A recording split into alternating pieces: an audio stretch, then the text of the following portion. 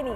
আমার প্রশ্ন হচ্ছে যে ডিএর সঙ্গে বিভিন্ন প্রকল্পের টাকার কি সম্পর্ক, স্পেশালি এই লক্ষ্মীর ভান্ডারের মতো প্রকল্পের টাকার কি সম্পর্ক? কেন তিনি বলছেন যে আমি লক্ষ্মীর ভান্ডার দিচ্ছি, কন্যাশ্রী দিচ্ছি, ইত্যাদি দিচ্ছি, ওই জন্য আমি ডিএ দিতে পারছি না? আমার এই ছোট্ট উত্তরটা চাই।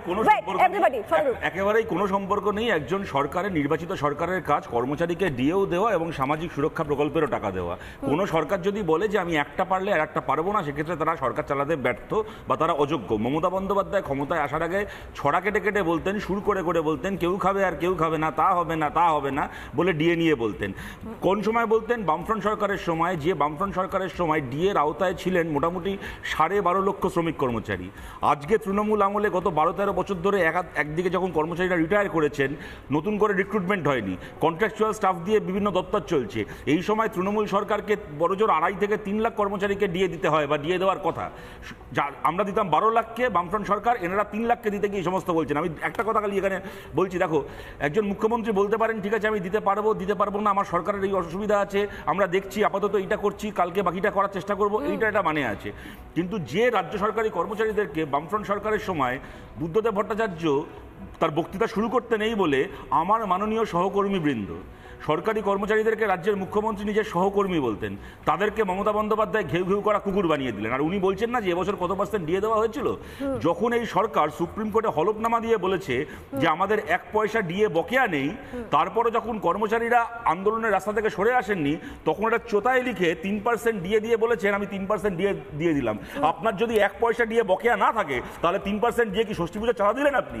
এত বড় একটা মিথ্যাবাদী এবং কর্মচারীদেরকে অপমান করা মুখ্যমন্ত্রী যদি থাকে, তাহলে এই সমস্যার কোনো সমাধান হবে না। কিন্তু আমি জাস্ট 5 সেকেন্ড একটা কথা বলছি, কিন্তু আমি এটাও বলছি কোনো আদালতকে অপমান না করে আজকে 1 বার 2 বার 3 বার নয় 12 বার যদি একটা আদালত একটা মামলাকে ডেফার করে, তাহলে সাধারণ মানুষের মধ্যে এই প্রশ্নও আসবে যে তাহলে কি আপনারা বুঝতে পারছেন জাস্টিস কি হবে, আপনাদের কোন রায় দেওয়া উচিত? কিন্তু যে কোনো কারণেই হোক না কেন সেই রায়টা দিতে পারছেন না বলে আদালত সময় নিচ্ছেন, তা যদি হয় খুব দুর্ভাগ্যজনক আমাদের দেশের পক্ষে। আমি একটা কথা বলি, উনি দিয়ে দিতে পারছেন না, সরকারের ভাড়ারে পয়সা নেই, আমরাও মেনে নিলাম।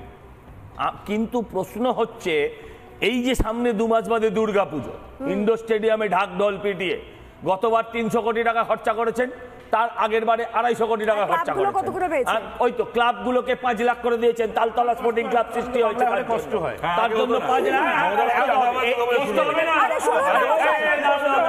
আমি প্রশ্ন করি, যার কাছে পয়সা নেই সে দুর্গা পুজোয় কেন সরকার টাকা দেবে? কেন ক্লাবকে টাকা দেবে? কেন ঠাকুর মশাইকে টাকা দেবে? কেন মৌলানা মুয়াজ্জেমদের টাকা দেবে? কেন সরকারি কর্মচারীকে তার নিজস্ব অধিকারের টাকাটা গরিব মানুষকে তাদের এটা অধিকার দেব? এই কথা বলে যে মমতা ব্যানার্জি আসার পরে বাংলা দুর্গাপুজো হচ্ছে, যেটা পাগল উন্মাদ হলে কেউ কথা বলতে পারে।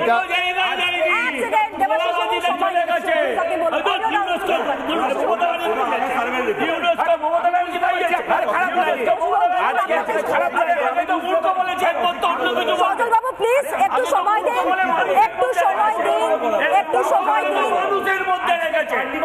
আরে না না, এই অবৈধ তৃণমূল যারা আমি বলছি যে সজল দা আজকে যে কথাটা বললেন, এটা আমাদের প্রাক্তন মুখ্যমন্ত্রী বুদ্ধদেব ভট্টাচার্য বহুদিন আগে বলে গেছিলেন, যে একই কথা বলেছিলেন যে ইনি করছেনটা কি, এইভাবে ক্লাব পুজো ইত্যাদি দিকে টাকা দিচ্ছেন। আজকে মানুষ দেখছে কি অবস্থা হচ্ছে। আর যে কথাটা শতরূপ বলছিল, আমি বলছি হ্যাঁ এটা হয়, ও তো আইডিয়াল কথা বলছিল, জেনারেলি এটা হওয়ার কথা নয়, এটাই হয়। কারণ উনি তো পুরো খাত বলে কোনো বস্তু নেই, তো ঘেঁটে ঘ করে দিয়েছেন পুরো জিনিসটা। মানে এদিকের টাকা ওদিকে দিচ্ছেন, ওদিকের টাকা এদিকে দিচ্ছেন, যেটা ওনার ভোটের জন্য প্রয়োজন সেটা উনি কাজে লাগাচ্ছেন। অতএব শতরূপ যেটা বলছিল সেটা তো আইডিয়াল সিচুয়েশন, কিন্তু সেই সিচুয়েশন তো উনি মানছেন না, তার ফলে এই ঘটনাটা ঘটছে। একটা বিশেষ কথা বলবো, এই যে ক্রেডিট কার্ড নিয়ে উনি এত বড় বড় কথা বলছেন না, এটাও একটা বড় মিথ্যে। মানে এর আগে কিন্তু স্টুডেন্ট লোন ছিল, আজও আছে। এই স্টুডেন্ট ক্রেডিট কার্ডের গল্পটা কি নতুন একটা গল্প?